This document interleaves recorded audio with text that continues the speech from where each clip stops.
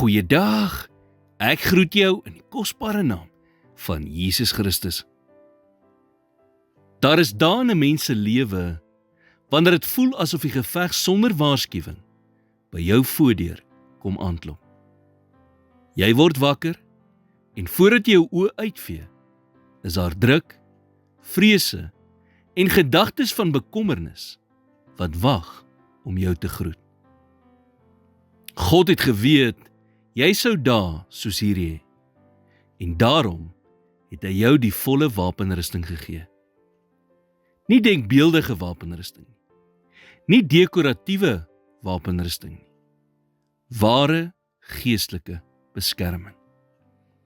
En reg in die middel van daardie lys, in Efesiërs 6, is daar 'n opdrag in vers 16.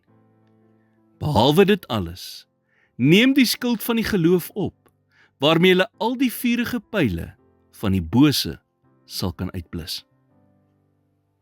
Hierdie een vers sê iets baie belangriks. Jy kan elke ander stuk van die wapenrusting in plek hê, maar as jy jou geloof laat vaar, werk niks soos wat dit moet nie. Geloof is die vertroue dat God presies sal doen wat hy gesê het hy sou doen. Geloof is wat die beloftes wat jy in die woord van lees, omsit in wonderwerke. Daar is baie stemme in 'n mens se lewe. Dokters gee verslae, mense gee hulle menings, omstandighede roep sekere dinge uit. Maar geloof gee jou altyd 'n ander verslag. Geloof sê vir jou dat God nie beperk word deur statistieke, grafieke of 'n uitkoms nie. Geloof sê vir jou dat berge eintlik kan skuif. Geloof sê vir jou dat jy nie verlaat is of misgekyk word, want God is met jou en hy is aan die werk in jou lewe.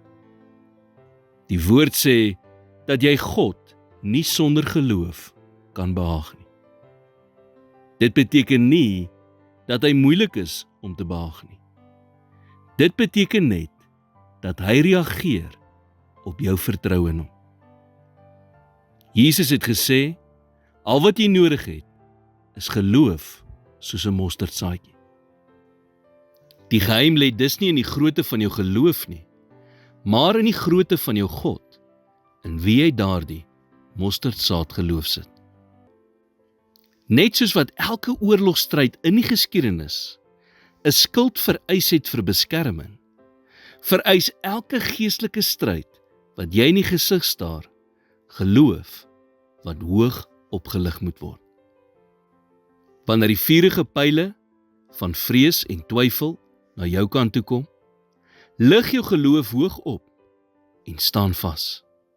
God sien jou, hoor jou en hy veg vir jou. Here, vandag kies ek om die skild van geloof op te lig. Versterk my om U te vertrou en herinner my daaraan dat U met my is in elke stryd. In Jesus naam bid ek dit. Amen.